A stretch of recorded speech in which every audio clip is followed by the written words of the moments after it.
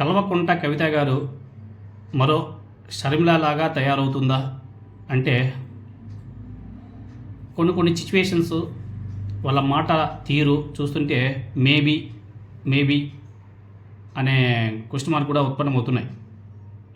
కానీ జరగవు అలా అని చెప్పేసి అనుకోవడానికి కూడా లేదు. ఎందుకంటే రాజకీయం అంతా కూడా పార్టీలో తన మీద కుట్రలు జరుగుతున్నాయని చెప్పేసి తనకు తానే మాట్లాడడం జరిగింది కల్వకుంట్ల కవిత గారు. తెలంగాణ రాజకీయాల్లో బీఆర్ఎస్ ఎమ్మెల్సీగా ఉన్నటువంటి కవిత గారి వ్యవహారం మరోసారి ఇప్పుడు చర్చాంశంగా మారింది. తాజాగా ఆమె చేసినటువంటి వ్యాఖ్యలు ఇప్పుడు కలకలం రేపుతున్నాయి.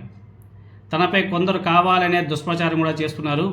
ఈ కుట్రల వెనుక ఎవరున్నారో తనకు తెలుసు. సరైన సమయం వచ్చినప్పుడు అన్ని వివరాలు కూడా బయట పెడతానని చెప్పేసి కవిత గారు చెప్పారు. నిన్న ఆమె తెలంగాణ భవన్లో మీడియాతో మాట్లాడుతూ ఆమె మాట్లాడే మాటలు తర్వాత మీడియాతో అనధికారికంగా మాట్లాడుతూ తాను పార్టీ బలోపేతం కోసమే కృషి చేస్తున్నాను. తాను పర్యటించినటువంటి 47 నియోజకవర్గాల్లో ప్రజల నుంచి వచ్చినటువంటి అభిప్రాయాలనే తాను వ్యక్తపరుస్తున్నాను. పరిస్థితుల ఆధారంగానే సామాజిక తెలంగాణ అంశాన్ని ప్రస్తావిస్తున్నాం. పార్టీలో ప్రజల్లో విశ్వాసం పెరుగుతున్న ఈ సమయంలో తనపై జరుగుతున్నటువంటి దుష్ప్రచారం చాలా అభ్యంతరకరం అని చెప్పేసి కవిత గారు పేర్కొనడం కూడా జరిగింది. నన్ను రెచ్చగొట్టకండి అని చెప్పేసి కవిత గారు తీవ్రంగా స్పందించారు. 6 నెలల్లో జైల్లో ఉన్నది సరిపోదా, ఇంకా నన్ను ఇబ్బంది పెడతారా అని చెప్పేసి పాపం ఆమె ఆవేదన కూడా వ్యక్తం చేసింది.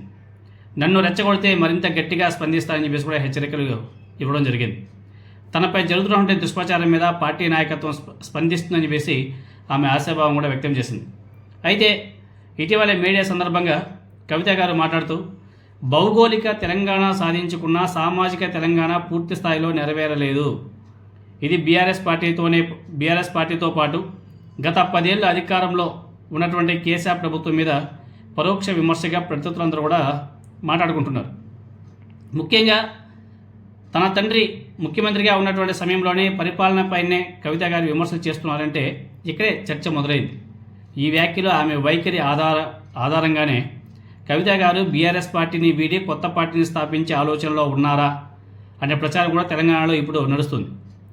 ఈ ప్రచారం మీద స్పందిస్తూనే కవిత గారు పై విధంగా మాట్లాడడం కూడా జరిగింది. ఆమె తన మీద కుట్ర చేస్తున్నారు అది అని చెప్పేసి ఆమె మాట్లాడడానికి గల కారణాలు ఇవన్నీ కూడా.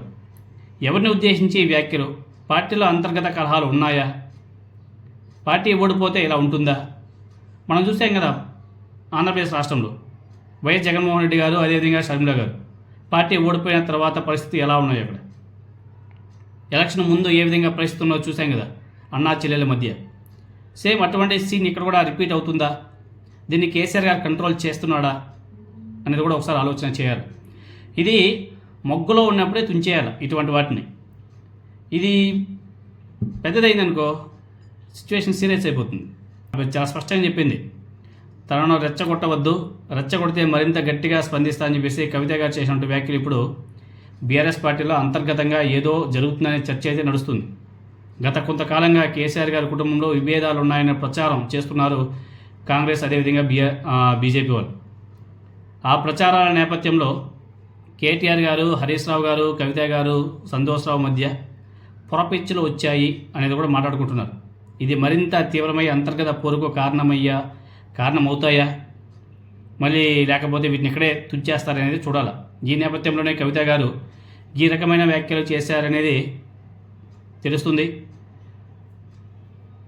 తను మాట్లాడిన మాట రెచ్చగొట్టవద్దు అనే వ్యాఖ్యలు ఎవరిని ఉద్దేశించి చేశారనేది మాత్రం ప్రస్తుతం బీఆర్ఎస్ పార్టీలో ఒక సస్పెన్షన్గా మారిపోయింది.